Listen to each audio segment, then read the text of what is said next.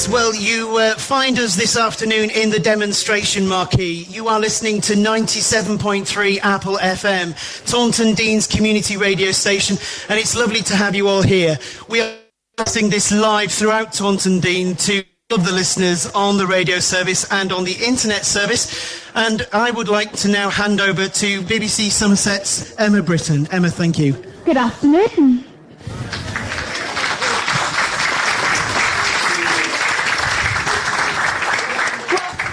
Taunton Flower Show 2015 and Gardener's Question Time here in Vivery Park.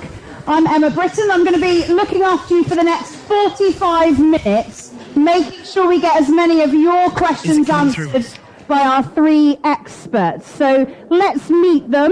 First we have Andrew Pittman, who'll be very well known to a lot of you. Andrew is the plant manager at Monkton Elm Garden Centre. He's been there since the dinosaurs roamed the earth.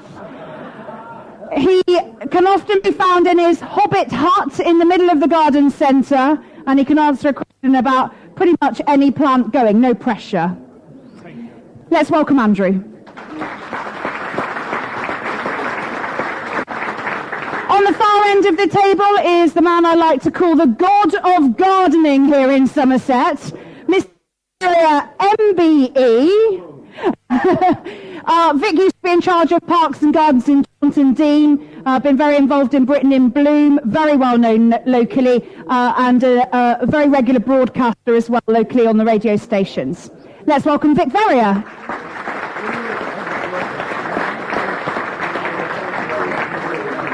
So we have an MBE, we have the man that lives in the Hobbit hut who doesn't have any letters after his name, but we're going to give him some.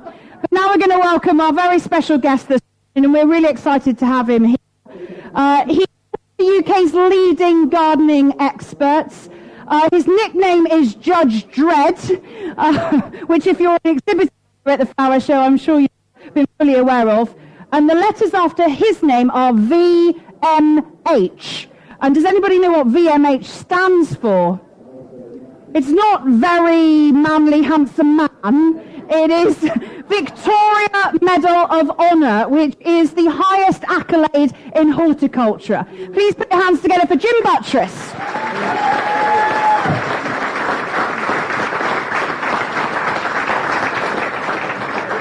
We are broadcasting live on Apple FM this afternoon, 97.3, and also on their website at applefm.co.uk. So welcome to everybody listening there as well. Now, we have until 3 o'clock, so I really do want to get through as many questions as possible. So I would ask you to be concise, and we will get to as many of you as we can, okay? So I want no heckling, okay? But you can throw tomatoes. All right, because they might want to take a look at them and check them for blight or whatever it is tomatoes get. And it's probably the right time for me to point out that I have absolutely no gardening knowledge whatsoever. I am purely here as a facilitator and to make sure that these three behave themselves. So, please could we have our first question, and Phil will be bringing the microphone to you. So hands up, please. Phil, lady there on the left, hand up. Make sure you wait for the microphone to get to you first. Madam, what's your name? Margaret Yelland. And where are you from, Margaret? I'm from Lyme Regis. Oh, Margaret, you've come across the border. Oh, I have. What's your question? Well, something has eaten the top of my garden peas off a few weeks ago. Do you think it was a deer or a long-legged rabbit? And is it too late now to plant some more peas, and what variety would you recommend? Jim, any good with garden peas? Something's eaten the top of Margaret's garden peas. Yeah, afternoon, Margaret. Mm-hmm. The garden peas. Have you seen a deer in your garden? I have seen him in the field. I have seen him in the field below our garden. Then you're absolutely right. It was a deer. Thank you. Right, that's that one solved, isn't it? We can move on now. The thing is, he was scouting around, and when you weren't there, he nipped in, and they will. They'll nick anything. Take the top out of it. They're a lovely animal, but they're a menace in the garden. Now, the thing is, you could chance it. I mean, what are we now? It's early August. I think the trouble is, my love, by the time they come up ready, he'll be back again. He'll eat them before you even get any peas. Margaret, have you ever heard of Bird's eye? And you know what keeps deer away? The only thing, human hair. Ooh. So if you've got a local barber shop round there and you say, can you fill a bag up for me? And you put that round, it's the one thing, it's the smell. I was going to suggest a whip round in here, but there's not an awful lot of spare. No. Yeah. I did. We're lucky with one deer. No, that's it. Human hair will do it. Oh, I did wonder, we have some llama nearby, and whether llama poo would put them off. Llama poo? Well, when I did that first series of the Great Allotment Challenge, the two ladies that did it together, lovely ladies, we called them the WI. No disrespect to the WI. They were lovely, lovely ladies. And when they finished the series, they said, Jim, we've really enjoyed working with you. You've got a present. Oh, I said, that's very sweet of you. And they gave me a bag of llama poo. And it does work. Oh, wow. It's good. Yeah, good compost. Thank you very much. Okay. Thank you for your question, Margaret. Next question, please. Phil's got his work out. He's got to run right over there. Phil from Apple FM is doing a sterling job with the microphone. Remember to speak in the microphone. Keep hold of it in case our panellists want to ask you an extra question. If you tell us your name and where you're from, madam, and your question. My name is Margaret as well. Oh, another Margaret. And I'm from Chard. Okay, Margaret. My question is, I've just been given an olive tree. It's in a 10 to 11-inch pot. How do I keep it over the winter? Okay, Andrew, is that one for you? An olive tree in a 11-inch pot. How does Margaret keep it over the winter? What a relief, they're not all vegetable questions. Last year we had one vegetable question after another, so I sat here being very silent. Olives are very, very popular in the UK as a sort of an ornamental plant. You won't actually get any fruit, but providing you can give them some shelter from the cold winds, so ideally against the south or west facing wall. Okay. And then you want them to be very, very well drained. They're perfectly hardy, but they don't like their roots being frozen or wet. Right. So a nice, fairly big pot, and go up a sort of couple of pot sizes at a time. I'd put them in John Innings number 2 with extra horticultural grit. And then, as I say, just keep, although they don't mind being a little bit hungry, they will go off the boil if you keep them too hungry. So what you need to do is keep repotting it about every other year. Okay. And a little bit of liquid feed, a high potash food, something like Tomorite, about once a fortnight. But the major thing is plenty of free draining compost underneath it. Okay, thank you very much. Yeah, thank you for your question, Margaret. Next question, please. Phil, lady down here at the front. Ooh, apologies. And your name, where you're from, and your question, please. I'm Angie Snow from North Devon.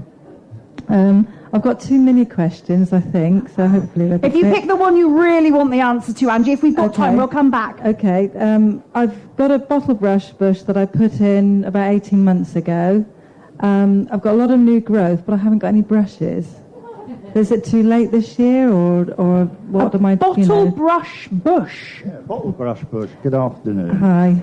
Lovely thing. I don't know if other people know what we're talking about. Mainly sort of New Zealand, Australian. Yeah. Lovely, long, arching stems, lancet only leaves. small at the moment, but yeah. And then in between sort of the nodes, you get these beautiful red. There are other varieties, but the common one, Calistemon rubra. Nice and close to the mic, Vic, because we're struggling to hear. Right, with the red bracts, it literally looks like bottle brush. A bottle brush, yeah. hence its name. Yeah. And it is a beautiful thing. Yeah. It does take, how long has it actually been in the ground? Well, it had red brushes on it when I bought it, and it, like I say, it was about a year, 18 months ago. Yeah. They died away, and I didn't know whether I had to prune them off or no. No. Which I didn't. I think you've done exactly right. Unfortunately, and it's no disrespect to Andrew in the garden centres, but if you go along to the garden centres, obviously it's much nicer to see a plant in flower than one with just a load of green foliage. So Andrew and his team, when they go overseas, like all nurserymen do, a lot of these are brought in, and you buy them in flower. Right. So the first year, probably, to get out of that root ball, they're in a solid root ball when you knock it out of the pot into your garden. That's taken a little bit of a knock for the first year. Yeah.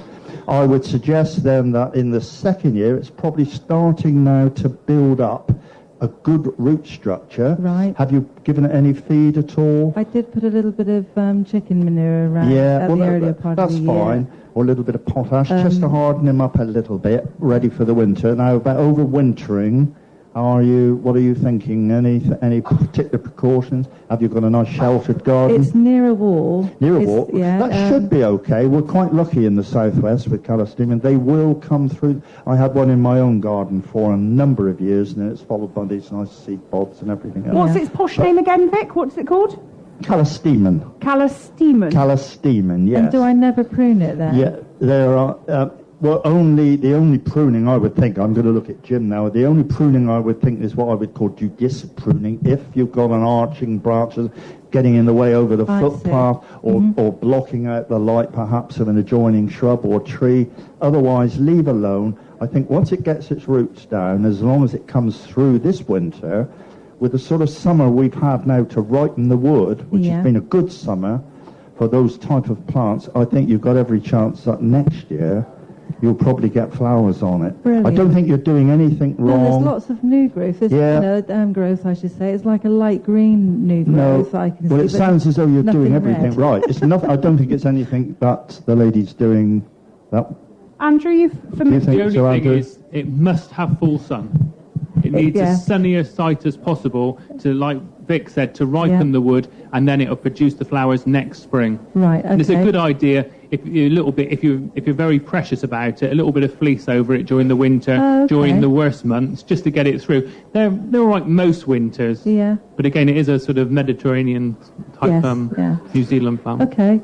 We will come back if we've got time. I want to try and get to as many people as possible, if that's all right. Thank you for your question. Phil, lady there with her hand up. So your question, please, madam. If you could tell us your name and where you're from so that everybody knows. And your question. Carolyn Russell from Wellington. It's about the agapanthus.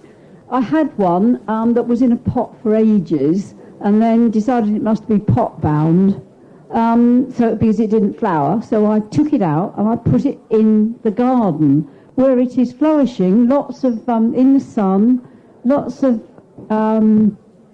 Is that an agapanthus? It is. And I told you I didn't know anything about gardening. I just nicked that lady's agapanthus. Nip pretty. So what's anyway, the so I put it in the garden thinking that its roots wanted to spread out and then it would grow and flower. Well, it's sitting there, it's growing, it's green, but no flowers still. So should it be back in a pot? Jim? It's very interesting. There's two schools of thought. One say they'll only flower if they're in the pot, and another school will say they're perfectly all right outside. That's really helpful, isn't it? Very, very. So hands up for people who keep them in a pot. People who keep them outside. People who do both. That was basically almost a 50-50 split. So, tell me, how old is the plant itself? Oh, I've got two. Probably 6 years. Yeah? And have you thought about dividing them? They are divided. I did have one in the pot, and then I divided them. Into 6 years ago? No, I divided them 4 years ago. 4 years ago. And is it in an open, sunny spot? Yeah. They just sit there. They just sit there. Bad luck, isn't it? We put that one down in the bad luck section. What type of soil have you got? What type of soil have we got? Heavy. Ah.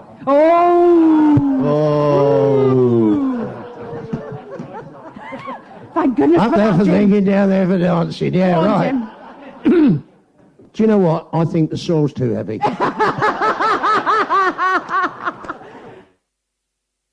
Putting them in a pot with different soil and do the comparison. They like it well trained, don't they? And they like a very gritty soil. If you think they're from Africa, that's their native country, and they like it really mean. Right. So I think you're too kind with it. It's making the growth, but it's not producing the flowers. Okay. I tell you what, he's used to moving, so dig him up again and stick him in a pot.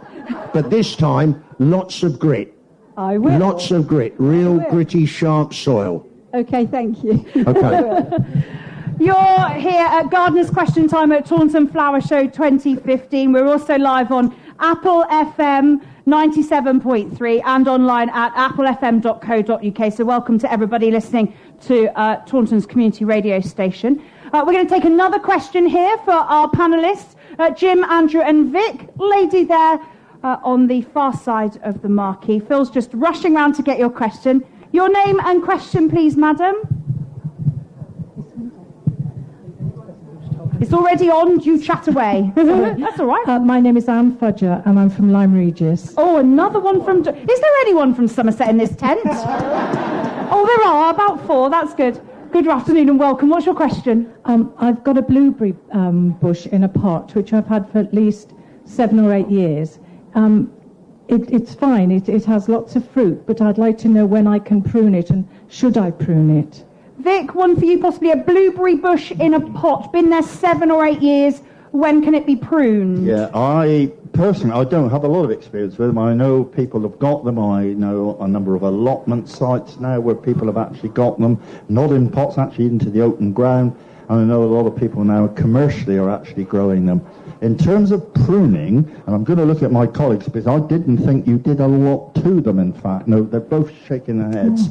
It's not like, where you've got your black and your red currants, slightly different treatments, taking out the old wood, flowering on the new. With your blueberries, no. They just keep on producing. It brings its extension growth. You'll get more. Only, I would think, if you've got damaged branches or branches cluttering up the middles of your bushes, would you actually touch them? What sort of height have you got now with the ones you've actually got?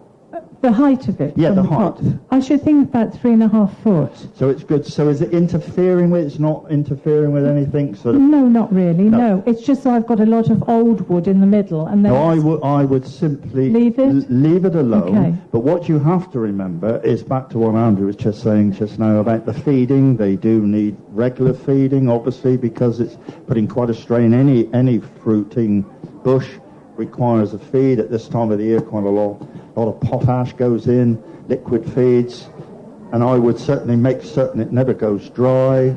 Again, that's been mentioned this afternoon, and plenty of feed. But in terms of pruning, no, I would leave well alone. Okay, thank you very much. And tell me, Anne, isn't it? Yes. How long's it been in that pot, Anne? I've just literally repotted it this year into a much larger pot. Right, okay. With ericaceous compost. Spot on. Hey, well done, Anne. Okay. And anybody that didn't hear that, it is ericaceous soil for those plants, nothing else. Very important. Okay, question from the lady at the back. Phil, you're going to have to do a quick sprint to come and get the lady's question at the back. There are a couple of seats here at the front. If anyone wants to rest their legs, there are 3 seats here at the front. Don't worry, I won't pick on you. But if anyone is standing and they'd like to come down, if the microphone comes to you, don't need to do anything. Just hold it nice and close to your mouth.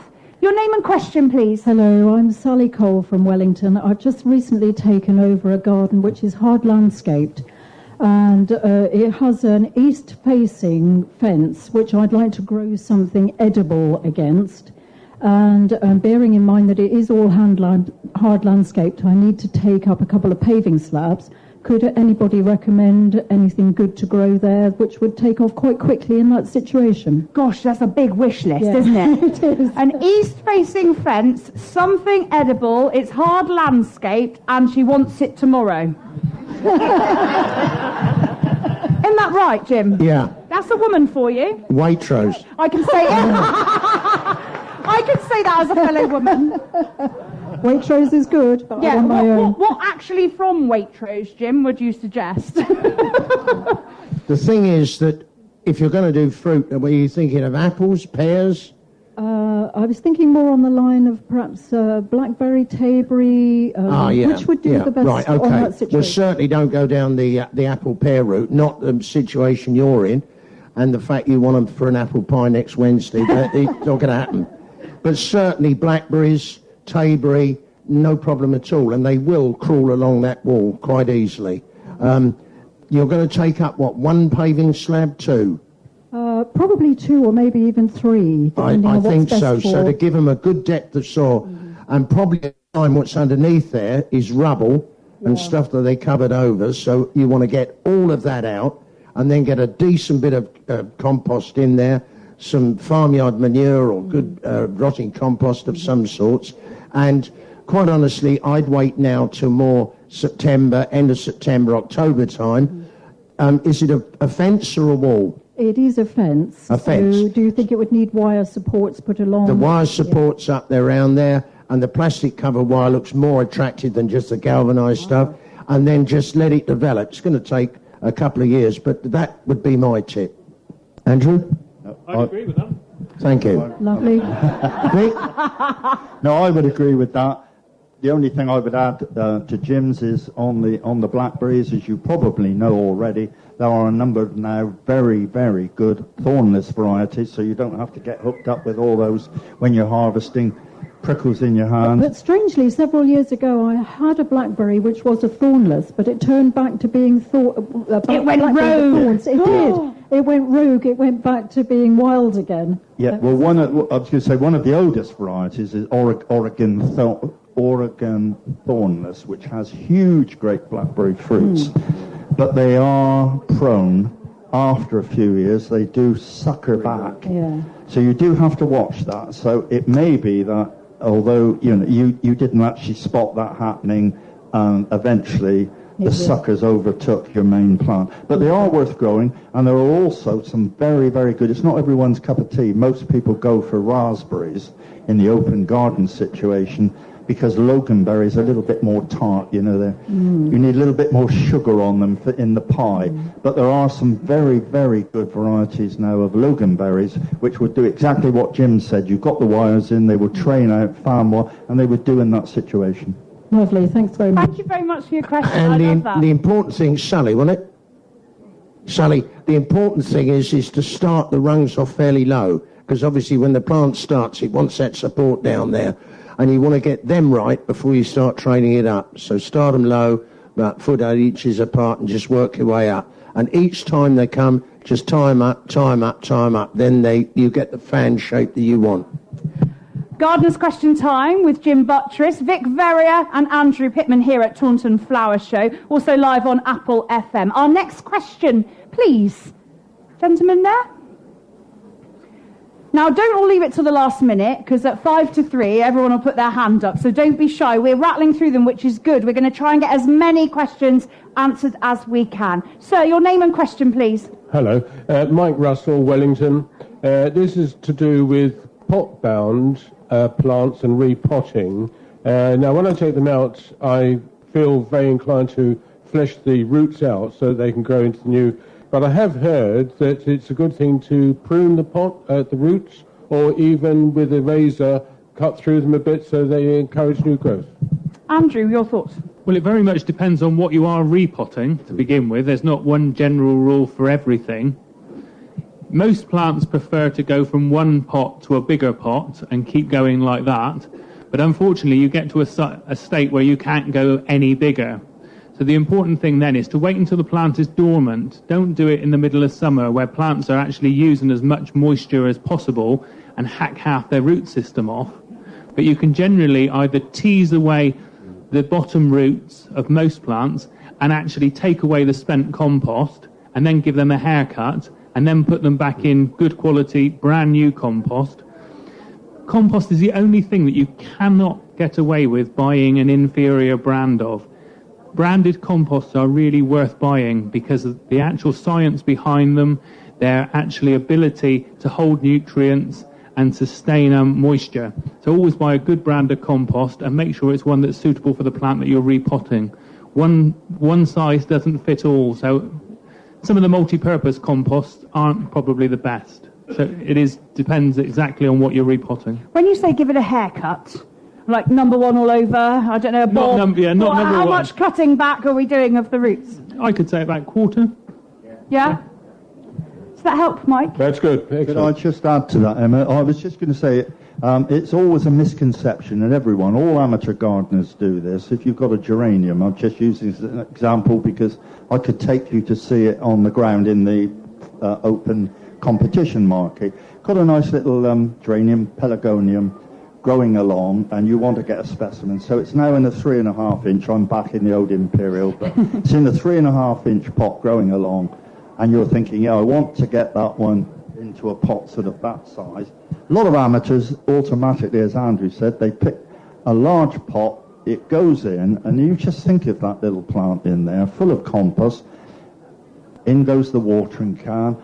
the poor little plant has no chance whatsoever of absorbing the nutrients, the water content that you've put into that pot.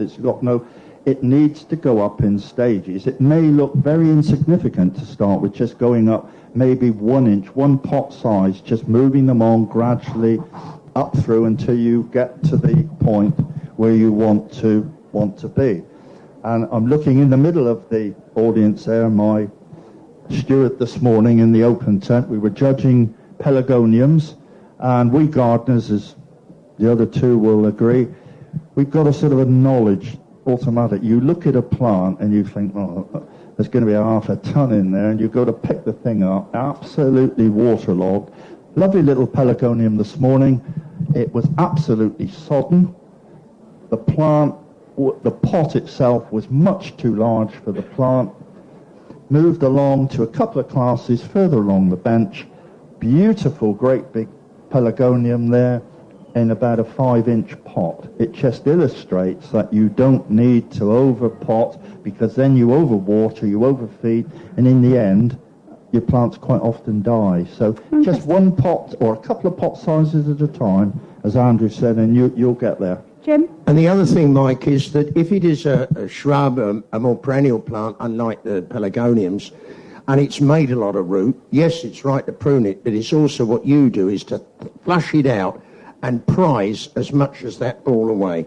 Because what they do is they just chase their tail round, and you do it and think, oh, that's repotted. Well, he's just doing the same thing again. So pull them out, and in pulling it out, you're bound to break a few. That's when you can root prune it.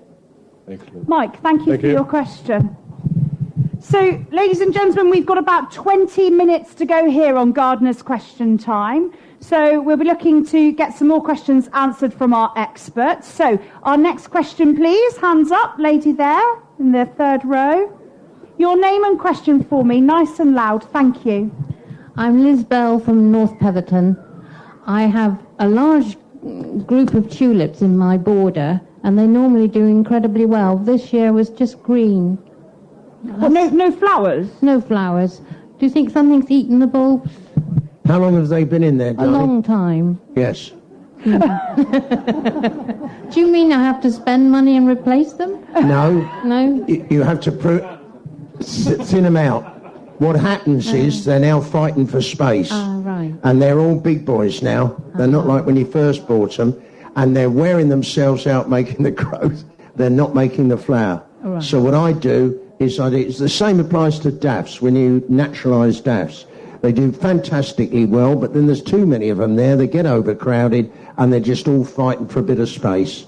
So the question is to lift them, spread them out, and start again. Oh, thank you very much. So Liz doesn't have to buy new ones. She just needs to give them some space. Thank you. How long have you had them? I would think 10 years. 10 years. Well, you haven't had bad value out of them after 10 years. Have a word with Andrew. And what were they? And were they a bargain in the shop with the first one? No. Liz, thank you for your question. Thank you very much. Next question, please, lady here at the front. Thank you, Phil.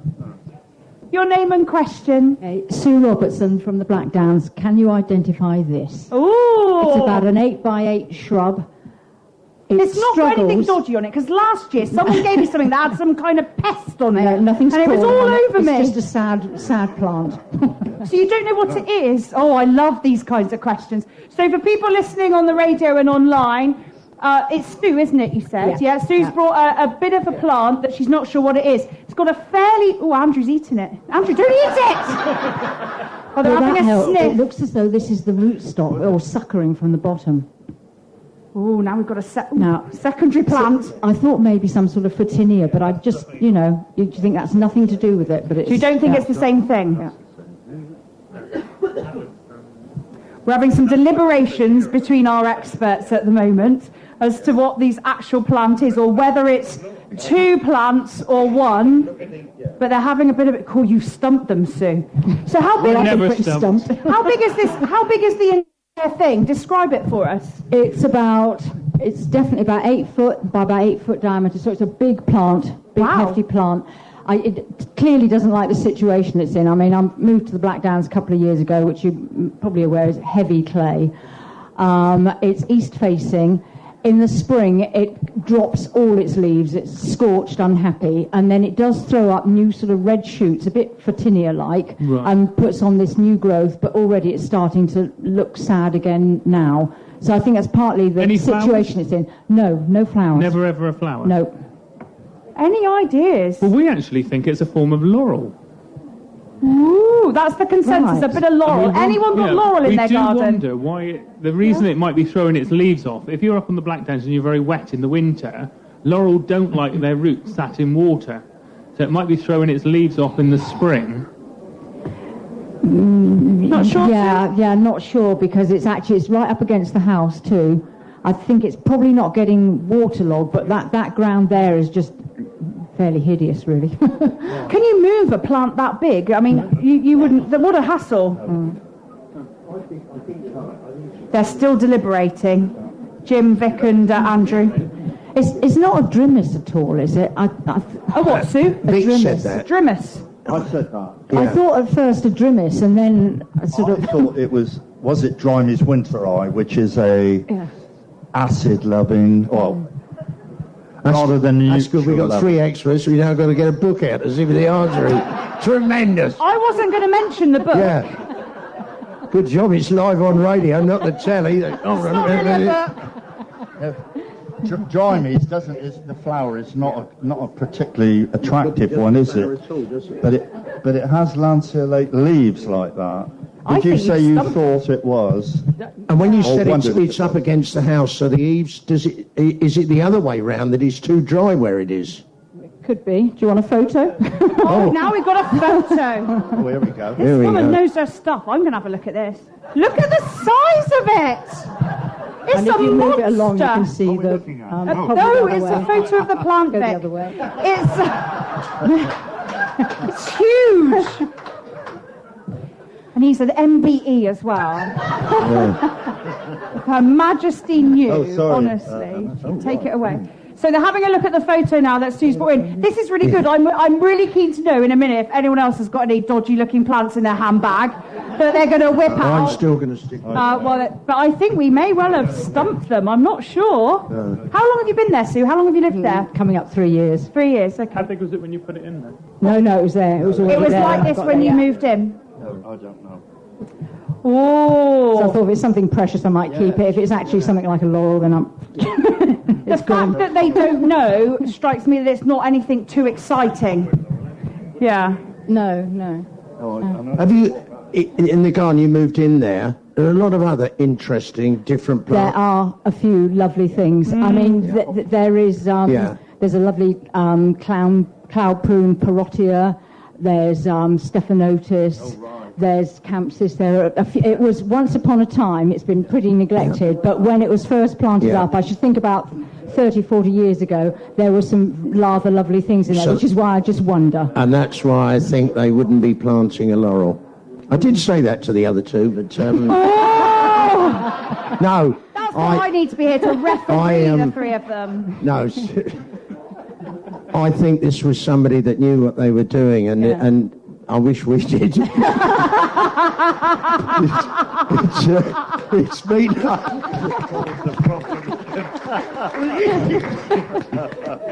Well, Sue, I think you've stumped them, but that's fine. That's okay. I think if any of them tonight wake up in the middle of the night and go, aha, I know what it is, you better leave your number, I think. I will. Jim will be ringing you in the middle had an inspired thought.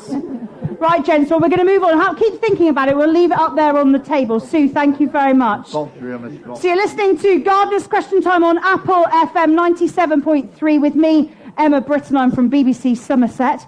And we're here at Taunton Flower Show in Vivery Park. We have coming up for 10 minutes left of this afternoon's Gardener's Question Time. If you are back tomorrow for day 2, we have another Gardener's Question Time at 2:15 tomorrow afternoon. Unfortunately, Jim won't be here. He has a better offer. So But he's going to be replaced by the equally fabulous Alan Cavell. There's a man who knows a thing or two about vegetables. He's sat in the audience at the moment, just getting some tips on how hard it's going to be tomorrow. Tomorrow's Gardener's Question Time will also be on Apple FM. OK, another question, please. There you go, Phil. Lady at the back in the pink. Phil's going to need a hot dog after this. Your name and question, please, madam. Straight into you. Yes. My name is Patricia Young, and I come from Paynton in Devon. I'm sorry, it's not Somerset. Sorry about that, Patricia. Yeah. I have a bay tree. It was there when we moved into the house about 10 years ago, and it's now about 15 feet high and 15 feet in diameter. I would like to cut it back. I have cut it before. I climbed into the middle of it and cut the middle out, but it's grown bigger and bigger and bigger, and it also has sort of babies coming up around it. How can bay tree? A bay tree. Andrew, a 15 by 15 bay tree. Well, actually, bay you can be quite ruthless with. It will actually shoot out of what we call brown wood, old wood. So you could take it down quite safely to about sort of 5 or 6 foot. And first of all, you'd think somebody massacred it, and it will sit there probably... It will sulk. Yeah, it'll sulk for a while, and you'll think it's dead. And then the next thing you know, hopefully it will start shooting up the stems and reclothing itself. But the secret really to any good gardening is never let plants get out of hand. Keep on top of them. So if you do give it a second chance, keep on top of it next time, and keep it pruned regularly and keep it juvenile, because bay is a very, very big plant if you let it get away from you. But it will take hard pruning. Patricia, are you prepared to be that tough with it and take it right back to 5 or 6 feet? Yes, because it's next to the greenhouse, and it's sort of the greenhouse will collapse if I don't keep cutting it back. Yes. You will find they probably will sucker quite badly from being cut back so hard. Right. So when the suckers come up, cut them The off. little bay tree, I keep the short ones down. I'm always cutting those down because they come up in the greenhouse. But there's a couple of bay trees that are bay trees, and how can I dig them up and pass them on to somebody else? Well, you don't want to do that. You want to go to a good garden centre and buy a really... It's only taken him 40 minutes to get that out.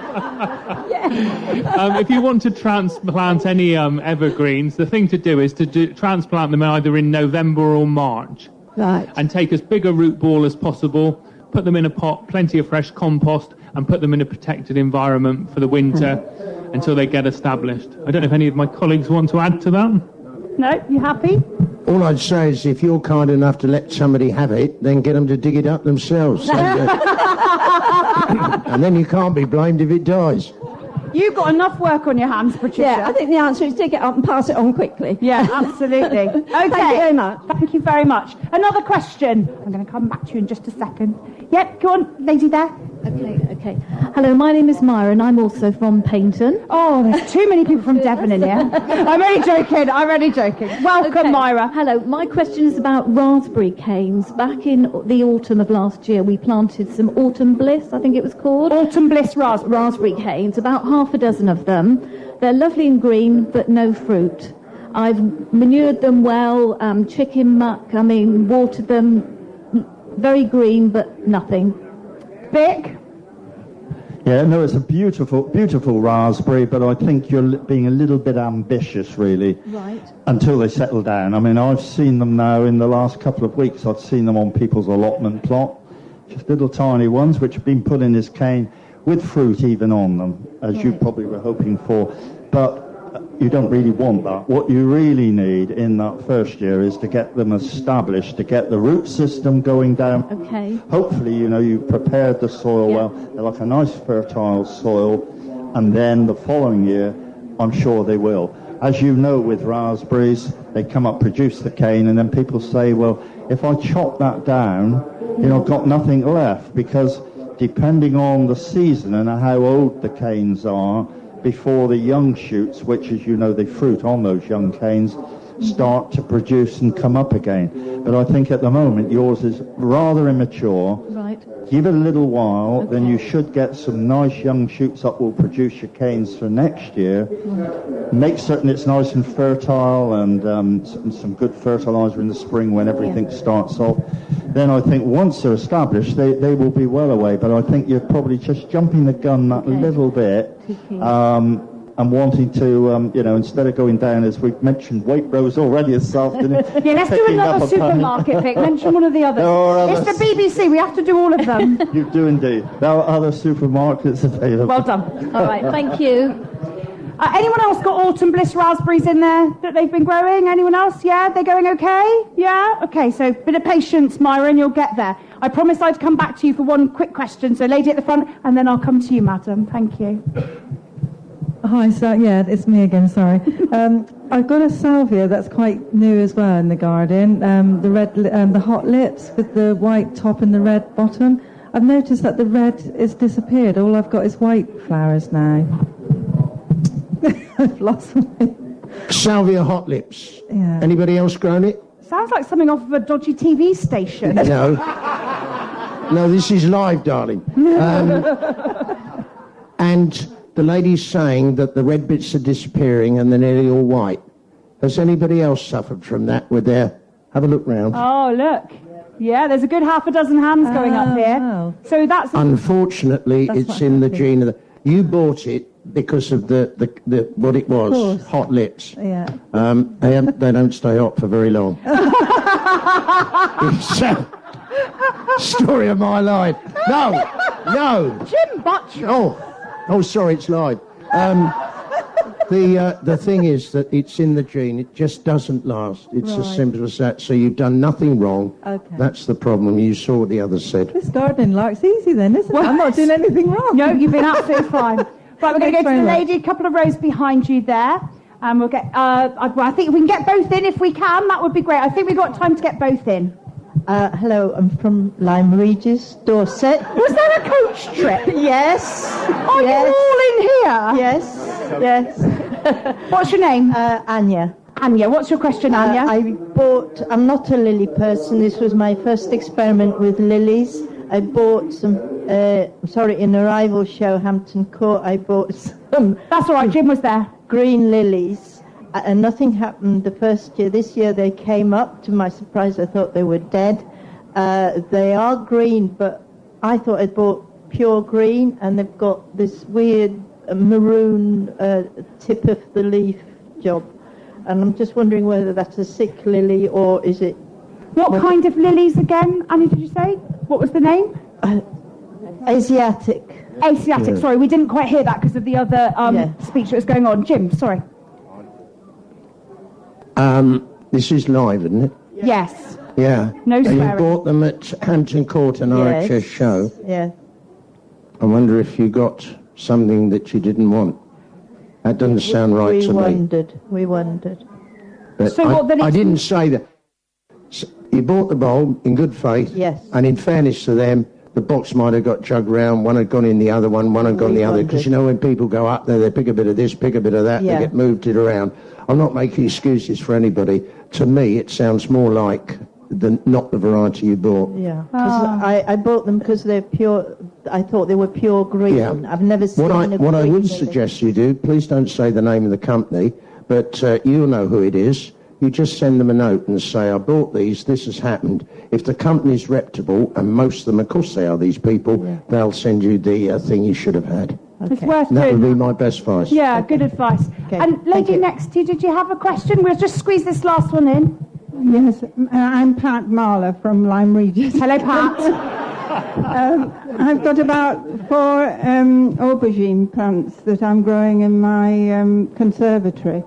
One plant has got 2 fruits on, and the others as well have got lots of flowers, but they're dropping off. Vic, aubergine plants. Right. One's got 2 on, the others are dropping off. Right. Not the fruits dropping, the flowers. No. Flowers. Right. Did you say they were in pots? You're growing them in pots? Yes. Yeah. What sort of size pots are they? 10-inch. That size? Yeah, about a 10-inch pot, something like that? Yeah. Probably, I don't know, aubergines, they are wonderful plants, and you can grow them in the amateur glasshouse. But whether like we've been having, I've got peppers in mine and I've got some chilies in mine. And however much you feed them, you only get a day like this, and you just go home now, you're at the flower show, unless somebody's looking after your glasshouse, your aubergines at some period may well have just dropped that little drop of moisture where they should have been having that can. Are they that gone fussy? without. Are they really fussy? I've got some peppers which are doing well near them. They're doing well, but the aubergines, because they take quite a lot of nutrients, you know, and I don't know what sort of size the actual fruit you've got. Are they good size? Well, the one is about this size at the moment. Yeah, about 3 inches. It could be literally, you know, that all the goodness coming up into that plant is going into producing those two on there, and it just will not, because of the management. It's either getting too hot, it's not humid enough, and the secondary flowers, which should be following, fall off. I've had exactly the same. Amateurs, you know, even if we're sort of semi-professional, like a cucumber in my glasshouse. I cut 2 cucumbers yesterday, but because of the massive rise in temperature in a little 8x6 greenhouse, you know, it could be 100 degrees, and the nights, as you know, the last few nights, the temperature has been really dropping. Cut those 2 cucumbers, and the following bunches of flowers, individual, this is Femina, which is the all-female variety. The fruit there already are going and dying back, simply because they just cannot. The plant cannot literally cope with this massive rise and fall of temperatures, and I think it's struggling. Your aubergines that you've got on there, and with this fluctuation of temperature, perhaps lack of moisture, and unfortunately you're just losing a few flowers. You may well get them if you can restore it again. Once that fruit, they may still come. But it's getting a bit late now, a little bit late. But I think it's purely management. I don't think it's anything to do. I don't think it's anything to do with your plants. You know, you've got good, healthy plants. Yeah, they're purely the very management. healthy. And people here, I mean, just while we're on that subject, very quickly, you know, tomatoes in grow bags and pots, as you know, they're most awful things to try and manage in a small glass house, just because of that temperature variation, that people really struggle, and they get all sorts of things, you know, the black eye, the calyx dropping off, you get the black rings around the top of your toms, and it's basically just because of bad watering. Pat, thank you for your question. Ladies and gentlemen, we're not being rude, but Jim and Andrew have just had a sudden brainwave, and they think they might have worked out what your plant is, so they're using my internet to look it up. Whilst they do, this afternoon, in the last 45 minutes, we've done olives, peas, a bottle brush bush, agapanthus, blueberries, we've done repotting bulbs, roots, aubergines, bay tree, raspberries, hot lips, and that blinking mystery plant, and half of Lyme Regis have been in the building. I'd like you to put your hands together to say a big thank you. We've got some real gardening knowledge sat at this table here, and it's been great of them to give up their time this afternoon. Vic Verrier, Jim Buttress and Andrew Pittman. Thank you.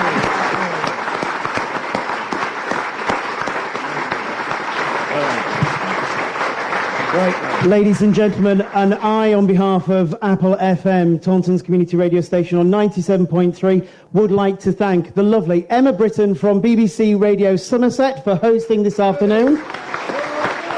Thank you very much, Emma. Thank you. And we will be back the same time tomorrow, again live on 97.3 Apple FM, when there will be another 3 panel guests.